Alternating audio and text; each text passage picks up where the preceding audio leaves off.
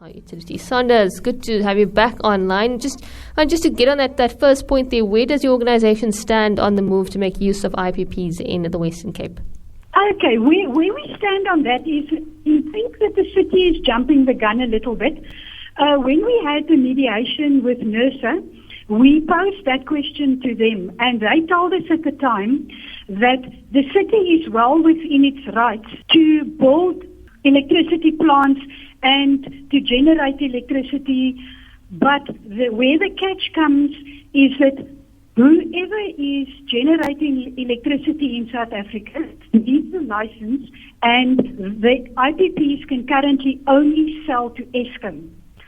So that is what is of concern to us.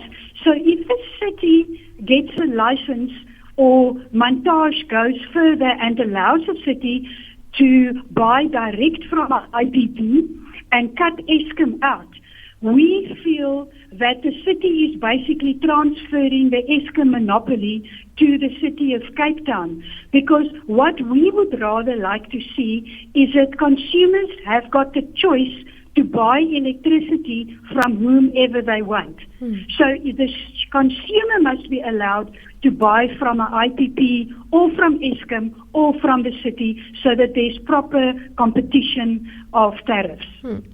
So it basically looks at a service provider in you shopping around, perhaps for your cell phone service provider. A similar approach should be used for your electricity. Yes.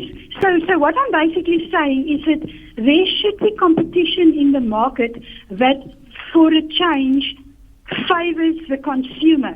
Because at the moment, if the city of Cape Town gets a license to buy from an IPP, the city will then have the choice to either buy from Eskom or to buy from the IPP, and maybe play the one off the other to get the better tariff. But the better tariff is going to be for the city and not for the consumer. And that is where our complaint is about this whole thing. Because when we spoke to NERSA about it, NERSA fully acknowledged that there is not enough competition in the electricity market at the moment to really give the consumer the benefit of competition. And of course, there would be additional costs in terms of the transitioning from Eskom to one of those IPPs. Yes, there would be, which there is at the moment still, but the transmission line is put in the beginning, and I'm sure it will be paid off right in the beginning, but then there will be a maintenance charge. While at the moment the city is slapping us with a levy for the maintenance of the fixed lines and the infrastructure. Now, how is this going to be complicated if there's now a third IPP in the mix?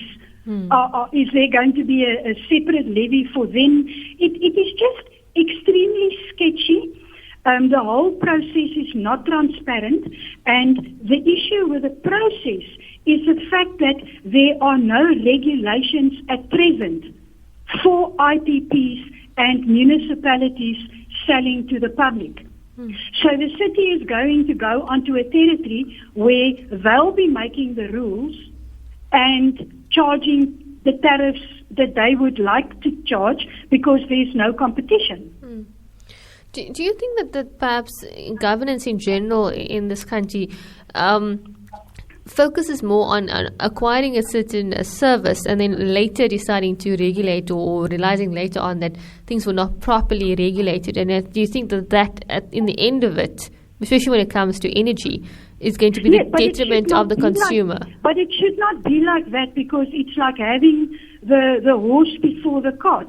Because everything, that is why we have the word transparency, and we expect our government to be transparent.